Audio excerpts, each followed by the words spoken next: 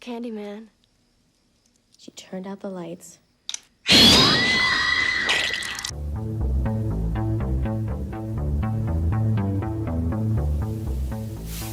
Be my victim. And the girl starts to hear these scratching noises. That's not the fun part.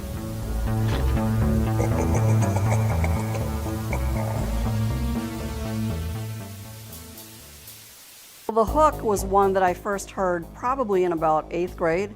The two young lovers go out to Lover's Lane. Because he wants to make out with her. They hear the radio broadcast. They hear a news bulletin. The news flash that there's been a jailbreak. Mental patient. The dangerous criminal. And he's extremely dangerous, and he has a hook for a hand.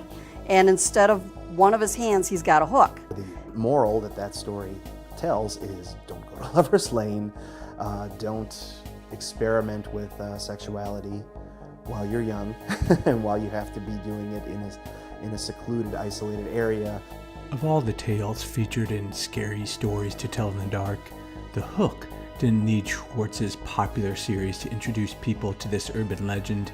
Among teenagers, it is probably the most common story of the time. It is the definitive urban legend.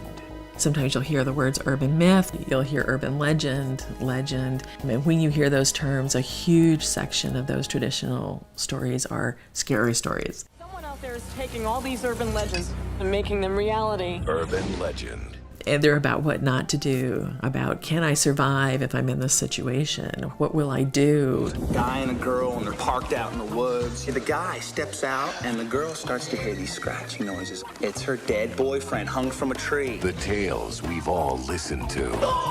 And particularly for teenagers, there's a whole nother subset of scary stories. Just because it never happened doesn't mean it never will.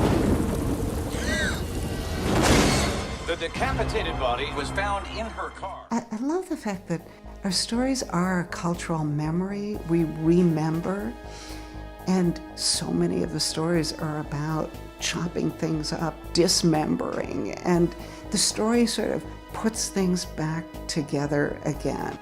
Let us cut apart and put back together a film that in many ways is the ultimate examination of modern urban legends. I feel a sort of odd connection with the film Candyman, not only because I live in Chicago, but that I first saw it when it was released in 1992, a young, impressionable 12-year-old at the time. I can't say nothing. A Candyman will get me. As an adult, I spent 5 years researching and interviewing people about scary urban legends for the documentary about Scary Stories to Tell in the Dark. I talked to the same young people who heard it first on the radio or from a friend they once had. So, when did you first hear this story? My friend heard it on the radio. It's true sick, huh? The babysitter just roasted the kid like it was a turkey or something. I talked to the same academics from some of the same universities that appear in that film. Let's face it, folks. There are no alligators in the sewers. No, it's round the campfire. It's bedtime stories. See, these stories are modern oral folklore. They are the unself-conscious reflection of the fears of urban society. These stories, although they seem trivial, actually deal with issues that are central to our society, central to children growing up, to dealing with their fears, to dealing with uncertainty, to dealing with their increasing maturity. And these are stories that attempt to help them deal with that. And I think that that makes them important. I think that we lose something when we lose these stories. For me, the Hookman legend and the Candyman film itself are important and fascinating. Candyman country. Well, if you're after the Hookman, Helen, you really must read the paper I wrote about him 10 years ago. I mean, you do know the story, don't you? No. To get under the surface of the film, it helps to look at scenes that preview the horrors to come, but have something telling to say. Early in the film, we see Virginia Madsen's Helen and colleague Bernadette in their nice, well-to-do Chicago apartment. Behind the mirror, Helen points out that they can get behind to the next apartment. This is to demonstrate how realistically a murderer could come in through the mirror. Symbolically, though, this is them and their pursuits to uncover truths behind the urban legends. Rather than finding a reflection of themselves, they find what is underneath their expensive, polished homes. This is gentrification. This is building a sterile academic setting and expensive homes on top of a location like Chicago that has a rich history of horrific racial and class atrocities. This gets at the heart of what studying urban legends is. It is an academic peering into the dark shadows of our history.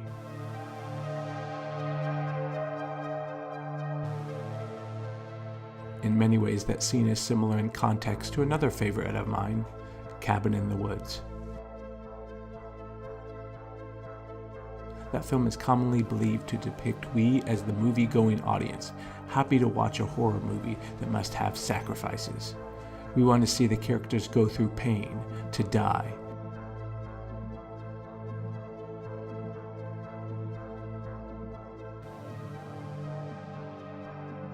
Just as Cabin plays with the fact that we as the moviegoers are looking in and judging, reveling at the death of the characters. It's so strange. I'm actually rooting for this girl. She's got so much heart. You think of all the pain and the... Tequila is my lady! My lady! Come on in, guys. Come on in. You're welcome. Candyman examines us as listeners and participants of urban legends. Helen is an academic, coldly examining the legends of our past. So are we, sitting in our comfortable homes as our dark history is infused within the stories we candidly pass on to each other.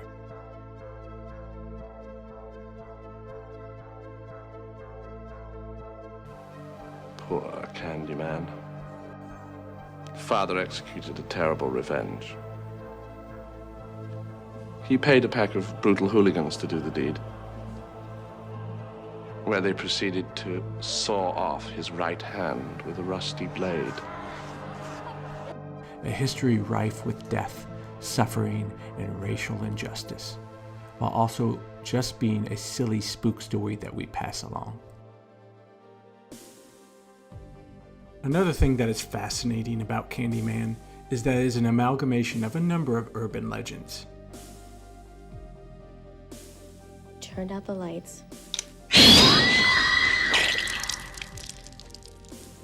What he saw turned his hair white from shock.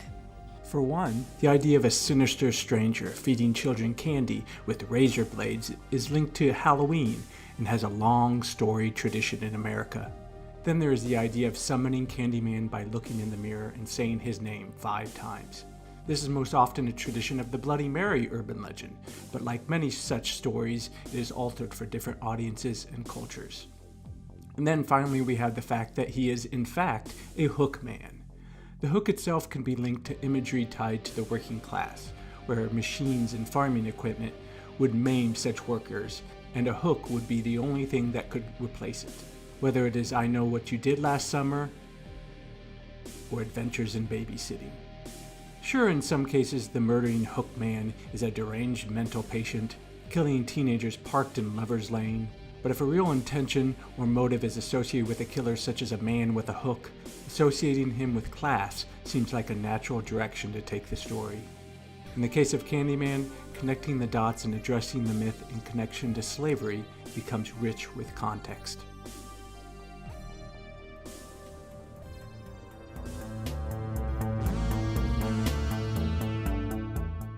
I know what you're saying.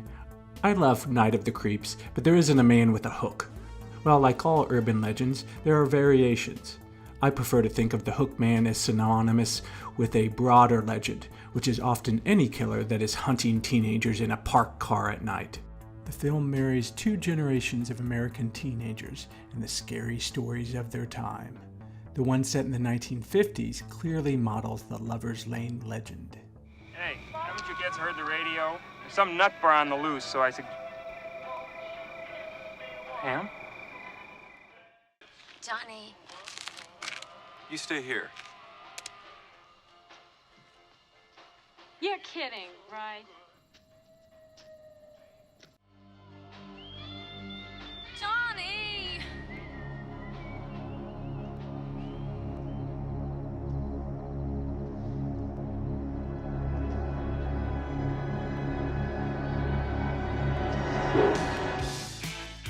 And then we come to the 1980s. Arguably one of the most prominent scary stories of the time were zombies. And like the Lover's Lane urban legend, the clear subtext involved scaring teenagers to avoid sexual intercourse. In the case of zombies, the insinuation is that if you allow your boyfriend to climb into your room at night, or stay out late after prom, you might just get a transmitted disease. Get away from it! Things could get deadly.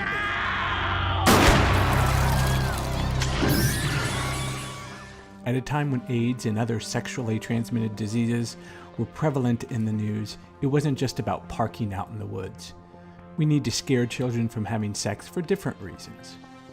Interestingly, the 50s and 80s elements were also joined by the science fiction tropes of the movie that in some ways tie those times together. Both eras had a recent invasion of the Body Snatchers movie, and generally were a time in which horror was interested in the melding of aliens, science, and body transformations. One of the things I like most about Night of the Creeps is the idea that we are haunted by the horrors of our past. Your high school sweetheart went on with her life. Mine got hacked up by a nutcase with an axe. Detective Cameron certainly is.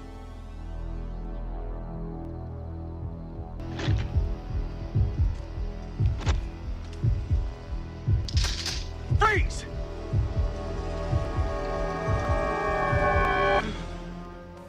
It neatly parallels the horror genre and the scary stories we tell, inevitably returning in different forms from one generation to the next, but ultimately with many of the same underlying messages. I already killed you. You son of a bitch, I already killed you.